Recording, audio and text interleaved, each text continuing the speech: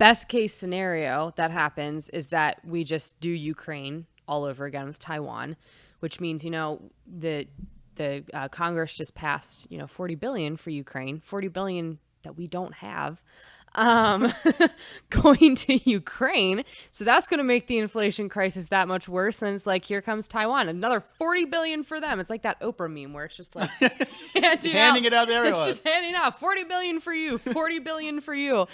Meanwhile, the American population, we don't care that gas is $6 a gallon. Suck it up. We're helping Ukraine and Taiwanese. It's fine. You're fine.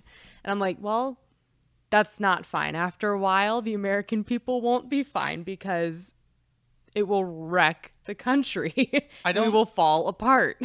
I don't know what's so difficult to understand for politicians and for anyone really who's criticizing those who have questioned the amount of aid that we're giving to Ukraine, or I'm sure would question the amount of aid that we would give to Taiwan and if that situation were to arise. I don't understand why you can't have a nuanced view that, like, yes, the people in Ukraine, the citizens, not the leadership, because there's plenty of problems in Ukraine with the leadership. But yeah, there's lots of problems. The citizens who are innocent deserve, to be protected. They don't deserve to be killed by Russia, and we don't want that. And we would like to help them as much as we can. Yeah. But at the same time, our citizens deserve to be protected, and our citizens have to come before their citizens. We have to take care of our citizens first, and then their citizens.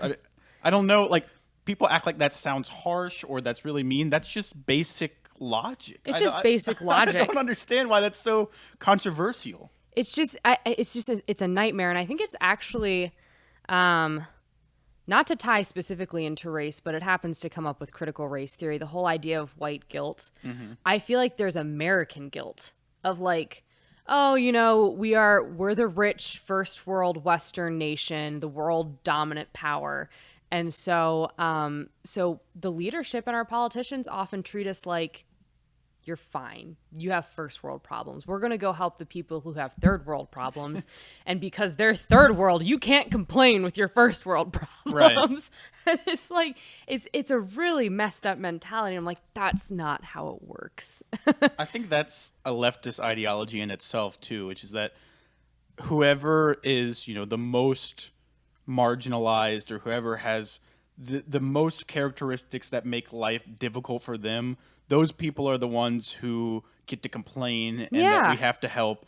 And if you're not one of those people, you don't get to complain about anything. Yeah, and, you're fine. And everything is just compared to those. There's always, someone who's worse than you. So stop complaining because you don't have it that bad. These people have it the worst. And it's like, exactly. We can all have issues that are different, and some are bigger than others, but we don't have to choose who is allowed to have an issue and who's not. Right, exactly. It's like, in light of the whole baby formula shortage too, it's like everyone's like, shut up, American moms. We don't care that you don't have baby formula.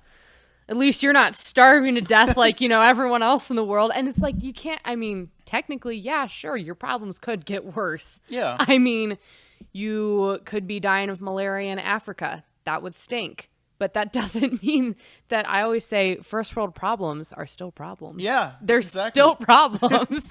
Just the whole trying to play the whole degree game doesn't work. It leads to policies like this, where we're sending money to tons of people while moms can't feed their babies because there's no baby formula and we don't have enough money to drive to the gas station anymore. Exactly. And it's just a nightmare.